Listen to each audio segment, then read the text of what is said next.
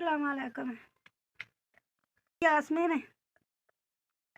ते साईं मेरे तो मोहरे लत्थे ने। बच्ची मेरी गोडी करके दिहाड़ी धूड़ी करके लियाउंदी है ते बच्चा ओहदा हरनियां दा ऑपरेशन कराया ते कम्म कार करन जोगे नहीं असीं दोवें जी है।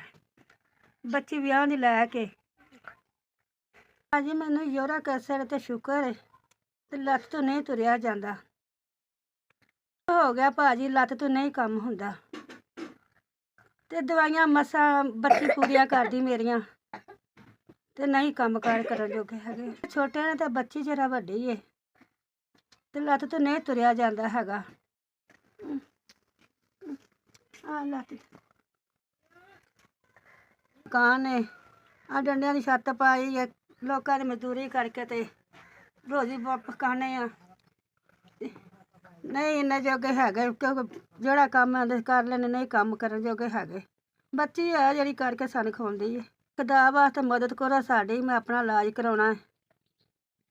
मावां दी परेशान ठीक हो, साडी मदद करो माड़ियां दी, असीं बड़े गरीब हाँ।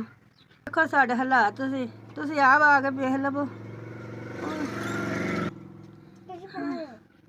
भला होवे तुहाडा, अल्लाह तुहाडी जिंदगी देवे, अल्लाह तुहानू सुख देवे। भला होवे तुहाडा, तुहाडी मदद नाल दवाई लियावां दी, कोई थोड़ा बहुता तुर फिर लां दी, तुहानू दुआवां ही दां दी, माड़े लोग असीं। पुत्तर ने पैसे कल्ले, अल्लाह दा भला करे, अल्लाह सुख देवे, अल्लाह दी जिंदगी देवे, उन्हां दे पैरां पिच्छे ला के सानू भी रब रमान देवे।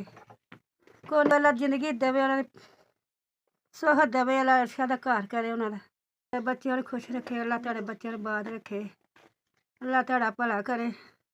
भी दवाई लियावनी, मियां दी भी लियावनी, तुहानू दुआवां दां दे, तुहाडा कारोबार चलाई रखे अल्लाह। हसदे वसदे रवो, कोई नी माड़ियां बंदियां दा एहसास करे कीता जो।